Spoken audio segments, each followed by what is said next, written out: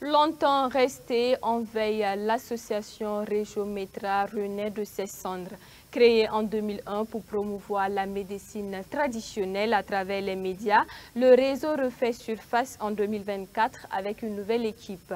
Porté par une cinquantaine de journalistes, son nouveau président Rodrigue Guel, dans un entretien exclusif accordé à Faso Green TV, a expliqué que cette relance vise à bâtir un pont entre l'information, les savoirs ancestraux et les avancées de la médecine moderne. Bernardine Ouedraogo et Mamadou Souaré vous donnent plus de détails. Il est le président du réseau des journalistes pour la promotion de la médecine traditionnelle Régiométra. Ce réseau, créé en 2001 mais longtemps resté en léthargie, renaît de ses cendres grâce à l'engagement d'une cinquantaine de journalistes. Aujourd'hui, elle reprend sa mission, celle de mettre en lumière la médecine traditionnelle au Burkina Faso. L'association a pour mission de valoriser la médecine traditionnelle. Vous voyez que nous sommes dans une dynamique d'endogénosité des choses.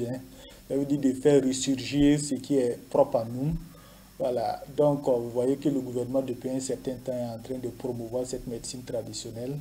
Donc, c'est dans cette dynamique que nous sommes en train de vouloir promouvoir cette médecine traditionnelle sans l'opposer ou la mettre en concurrence avec la médecine moderne. Donc c'est une manière de donner vie, de donner de la lumière, de donner quand même un peu de la considération à cette médecine qui regorge beaucoup de sciences. Le Régiométra veut aussi rapprocher, selon son président, détenteur des savoirs médicinaux ancestraux, spécialistes de la médecine moderne et les médias. Un lien essentiel pour informer, sensibiliser et valoriser les pratiques médicales locales souvent méconnues ou mal comprises. Donc nous travaillons d'abord avec des journalistes des différents médias. On s'organise à pouvoir les motiver à aller dans ce sens. C'est la production que nous devrons faire parce que nous, notre arme, c'est la caméra, c'est le micro, ce sont les dictaphones.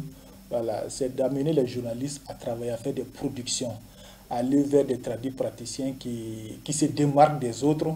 Voilà, peut-être s'il y a des traduits praticiens qui ont des champs, voilà, des plantes médicinales, qui ont des vergers, qui ont des jardins pour ça. Il faudrait qu'on fasse la lumière sur ça. Et puis il y a des traduits praticiens également, comme la médecine moderne, qui sont spécialisés dans des domaines bien précis. Voilà, donc on va dans ce sens-là. Donc nos cibles, c'est les journalistes d'abord, c'est les traduits praticiens, et même c'est la médecine moderne, parce que nous travaillons en complémentarité.